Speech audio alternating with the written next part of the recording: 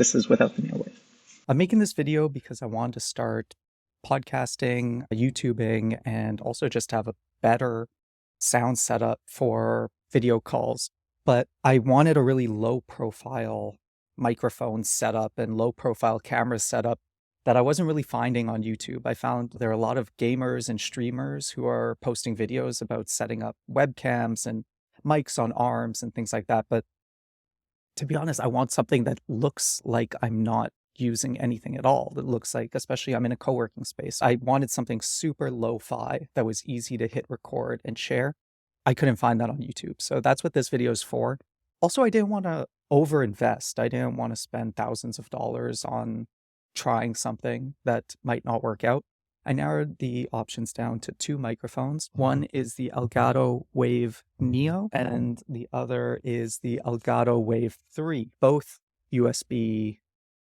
I had a Yeti, but the quality wasn't really up to what I needed for this environment. And also the micro USB is really inconvenient. It's just not a cable I carry often. So if I want to throw this in my backpack, then I need an extra cable.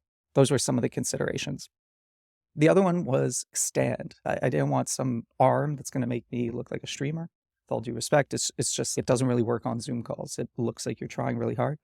I want to keep the price like for sure under 200, closer to 100, because I'm just experimenting. And the reality is with almost any microphone, you need some sort of setup to bring it off the desk for a few reasons. One is to get it closer to your mouth so that the sound picks up better. And then the other is so you don't hear like clacking on keyboard or clicking on mouse.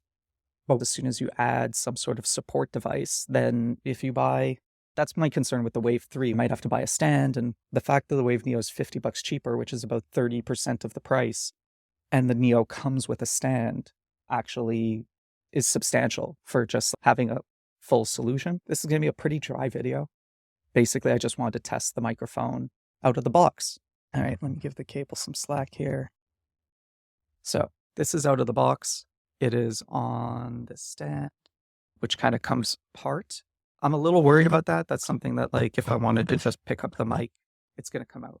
So it really, it could have been easy to just have it lock in with some sort of adjustment. So maybe for the next model, I don't know if you can hear the sound of me resting it on the desk. We'll see how that picks up.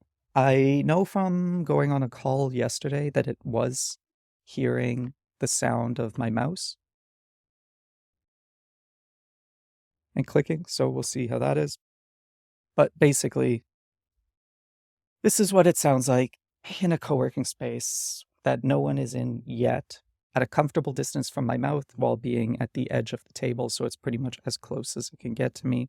It is worth noting that if you want to do tests by yourself and do what I did and buy both and return one, potentially. The way the packaging is made, it's all recyclable, I think. Even the screws came in a paper bag, which is great, except theoretically the way you're supposed to open it is by pulling this and ripping it apart, which I didn't want to do in case I'm returning this. So I pulled this to cause less damage to the box. So just something to be aware of in case you want to test the microphone yourself and cause minimal damage to the box. And one last thing that's just annoying, the cable that it comes with is USB-C to USB-A.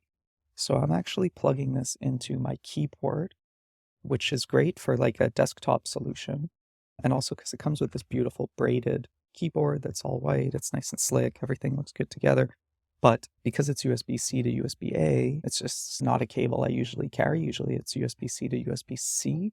I'll probably just use one of my longer cables. That'll become my typical USB-C to USB-C cable in my bag. Usually I carry a shorter one.